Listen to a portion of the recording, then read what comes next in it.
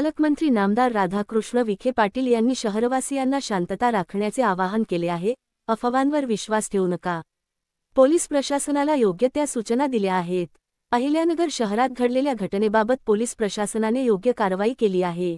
मात्र कोणी कायदा हातात घेऊन सामाजिक शांतता बिघडविण्याचा प्रयत्न करीत असेल तर त्यांच्यावर कायदेशीर कारवाई करण्याच्या सूचना जिल्हा पोलीस अधीक्षकांना दिल्या असल्याचे पालकमंत्री नामदार राधाकृष्ण विखे पाटील यांनी सांगितले. कोणत्याही अफवांवर विश्वास न ठेवता जिल्ह्यात शांतता राखण्याचे आवाहन त्यांनी केले. अहिल्यानगर शहरातील घटनेबाबत जिल्हा पोलीस अधीक्षकांशी आपण संपर्क केला असून त्यांनी संबंधित व्यक्तीवर कायदेशीर कारवाई केल्याचे सांगितले आहे. पोलिसांनी सर्व कायदेशीर प्रक्रिया पूर्ण केल्यानंतरही काही लोकांनी जाणीवपूर्वक पोलीस प्रशासनास वेठीस धरण्याचा प्रयत्न केला. आंदोलन करण्याचा अधिकार सर्वांना आहे, परंतु या घटनेचा गैरफायदा घेऊन धार्मिक सामाजिक तेढ निर्माण करण्याचा प्रयत्न करणे योग्य नाही. कायदा हातात घेऊन सामाजिक शांतता बिघडविण्याचा प्रयत्न कोणी करीत असेल तर पोलीस प्रशासनही शांत बसण्याची भूमिका घेणार नसल्याचे मंत्री विखे पाटील यांनी ठणकावून सांगितले.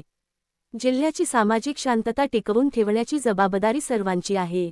समाजामध्ये धार्मिक सामाजिक तेढ निर्माण करणारी वक्तव्य आणि कृती टाळता आली पाहिजे. अहिल्यानगर जिल्ह्याच्या शांततेला गालबोट लावण्याचा प्रयत्न होत असेल तर पोलिसांची कारवाई होणारच. आपला जिल्हा मोठ्या नैसर्गिक संकटाला सामोरा जात आहे. दसरा सणाच्या पार्श्वभूमीवर शांतता राखण्याचे आवाहन मंत्री विखे पाटील यांनी केले.